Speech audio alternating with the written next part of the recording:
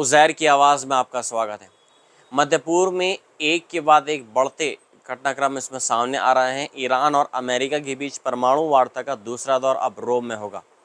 Syria के नए नेता ने इजराइल के साथ 2026 तक संबंध स्थापित करने का वादा किया है और लेबनान में हिजबुल्लाह के हथियारों को सरकारी नियंत्रण में लाने की कोशिशें तेज़ कर दी हैं।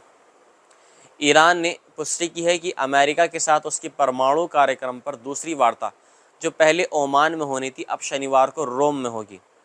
ईरानी सरकारी टेलीविज़न के अनुसार ओमान इस वार्ता में मध्यस्थता की भूमिका निभाएगा। ये वार्ता अमेरिकी राष्ट्रपति डोनाल्ड ट्रंप के उस पत्र के बाद हो रही है जिसमें उन्होंने ईरानी supreme leader Ayatollah Ali Khamenei से सीधी परमाणु बातचीत की मांग की थी। 12 अप्रैल को मस्कट, ओमान में हुई पहली वार्ता को दोनों पक्षों ने सकारात्मक और रचनात्मक बताया है। ट्रंप के मध्य पूर्व के दूत स्टीव विटकॉफ ने फॉक्स न्यूज़ को बताया कि वाशिंगटन ईरान को 3.67% तक यूरेनियम संवर्धन की अनुमति दे सकता है, जो पुराने परमाणु समझौते की एक सीमा थी। लेकिन बाद में उन्होंने कहा कि ईरान को संवर्धन पूरी तरह बंद करना चाहिए। ईरानी विदेश मंत्री अब्बास अराक्ची ने बताया है और जवाब दिया है कि उनका देश परमाणु कार्यक्रम पर चिंताओं को दूर करने को तैयार है, लेकिन यूरेनियम संवर्धन के अधिकार पर बातचीत नहीं करेगा।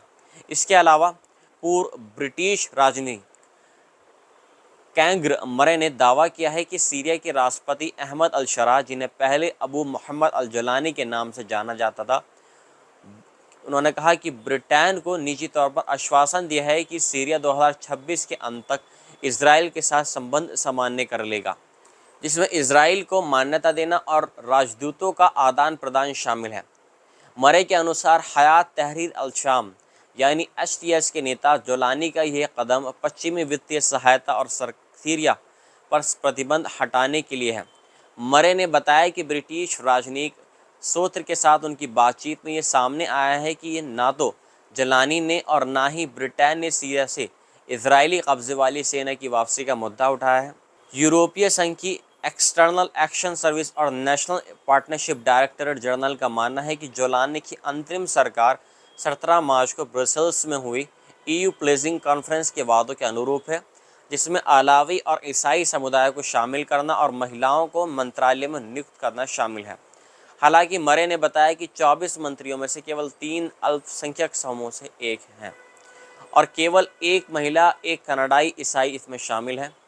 वहीं दूसरी ओर लेबनानी राष्ट्रपति जोसेफ आउन ने दोहराया है कि 2025 तक सभी हथियारों को सरकारी नियंत्रण में लाया जाएगा, लेकिन ये लक्ष्य केवल हिजबुल्लाह के साथ आंतरिक बातचीत से ही हासिल हो सकता है, ना कि विदेश दबाव या टकराव से।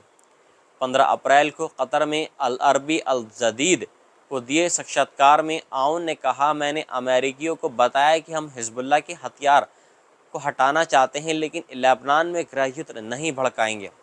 आउन ने कहा कि हिजबुल्लाह के साथ बातचीत द्विपक्षीय और राष्ट्रपति के नेतृत्व में होगी। उन्होंने निशस्त्रीकरण के बजाय हथियारों को सरकारी नियंत्रण में लाने की बात पर जोर दिया है।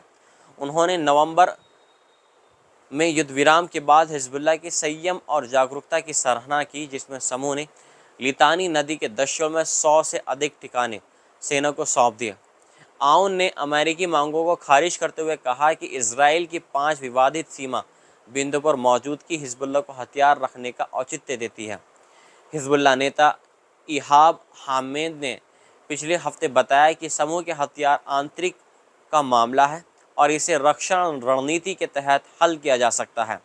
हालांकि इजराइल युद्ध विराम का उल्लेख कर रहा है, लेबनानी क्षेत्र में अपनी मौजूदगी बनाए हुए है और लगभग रोज़ाना हमले कर रहा है।